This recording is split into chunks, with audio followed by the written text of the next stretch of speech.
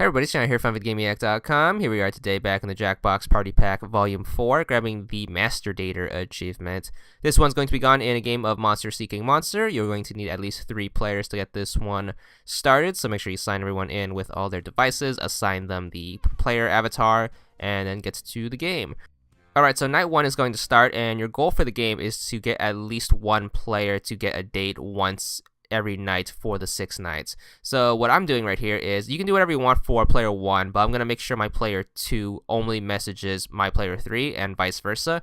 So with my player 2, I'm going to message my player 3, and then my player 3, I'm going to use all my messages on my player 2. That way, when it's time to pick a date, I could pick whoever I want for my first person. He doesn't matter since he's our sacrificial profile. And we're going to make sure that profile 2 dates 3, and then 3 dates 2. So make sure you just pair those 2 up together, and that's how the first date's going to go. And once you get to the results, player 1 should get rejected, and then player 2 and 3 should hook up, and that's how you know you're on the right path for the achievement. So we're going to have to get this achievement with player 2 or player 3 or both.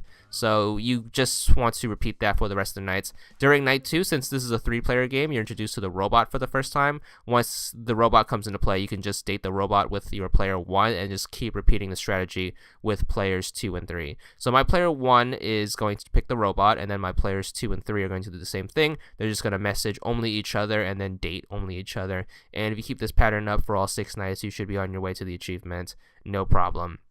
Just remember which 2 players you are constantly hooking up, and you shouldn't get lost. Since both of them are only going to date each other, obviously both of them are going to have a date every single 6 nights, and then player 1 just kind of sits there and becomes a sacrifice, and is only there because you need at least 3 people to play the game. So just repeat this strategy, date robot on player 1, and then date 2 and 3 together, and then just repeat that for all 6 nights. Even when the powers come into play, that doesn't really matter. It also doesn't matter who wins or who loses, since as long as you get a date, you should be good for the achievement, and that's what we're really here for. So ignore stuff like the monster effects and the full moons, and just make it to the last night. Regardless of what happens, as long as you kept up that pattern, you should get the achievement, no problem once you get to the end. There it is, it's going to be for 50 gamer score, and that's all there is to it.